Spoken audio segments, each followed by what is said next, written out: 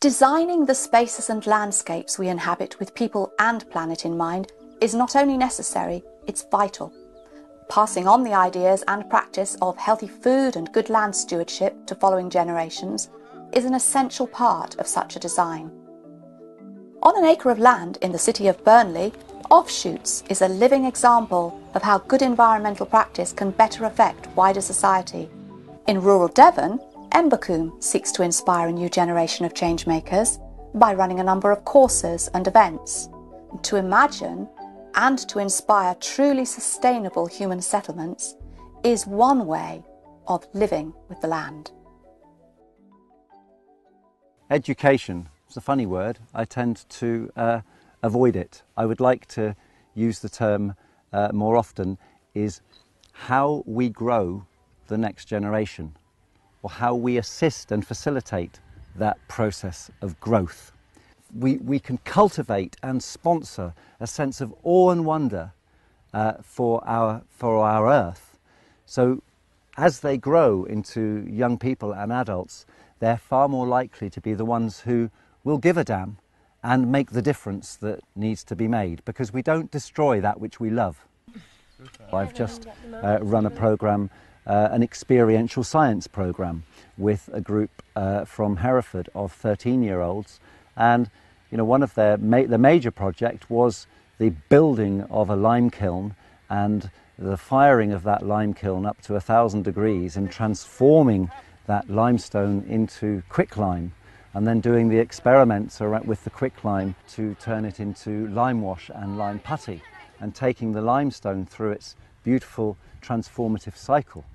But whilst engaged in that process of building the lime kiln through the 5 days that they were here, and breaking the rocks and putting the materials in and firing it, the transformation that took place inwardly in those children was very, very profound for us to be part of and to witness.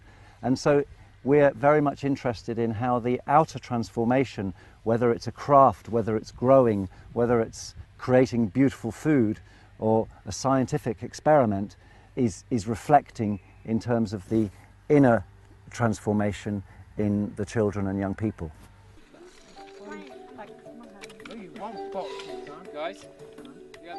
The natural intelligence of Mother Nature is actually the teacher.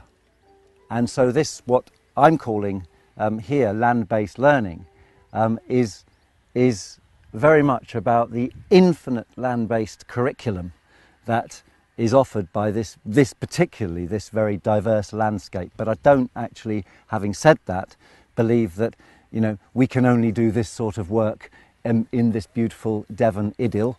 I believe this sort of work can and does take place in inner cities on bits of wasteland or industrial wasteland or whatever else, because everywhere nature is trying to take its hold, and there is learning that can take place there.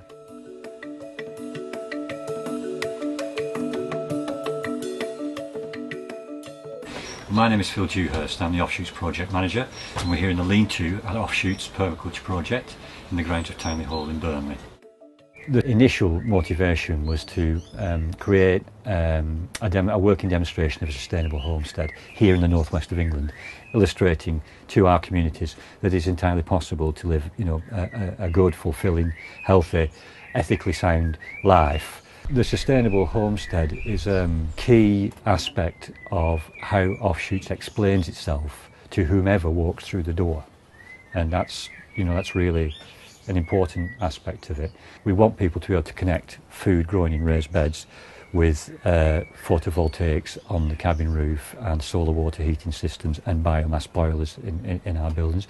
We want them to understand that connection isn't accidental, it's by design, and it's designed as a consequence of providing the evidence that these structures can work in the 21st century and provide good, healthy, fulfilling, ethically sound lifestyles for our communities and for whomever wishes to come and witness it.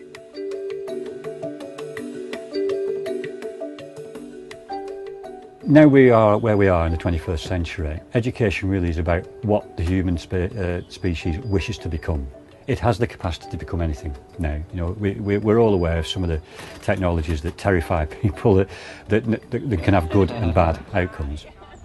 But we want to have, you know, fulfilling, healthy, socially and ethically sound lives for ourselves and our families and our communities.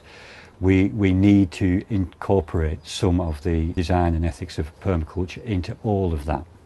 And it's possible, we found that it's possible to do that on every subject that we deliver training on, from our blacksmithing to the timber management and processing, through to obviously the food growing and the renewable energy systems that we deliver training, our beekeeping and bee farming, our bee breeding program. When you break those down into their constituent parts, you know, as I have over the years, I think they cover the entire span of what education and 21st century existence can possibly mean.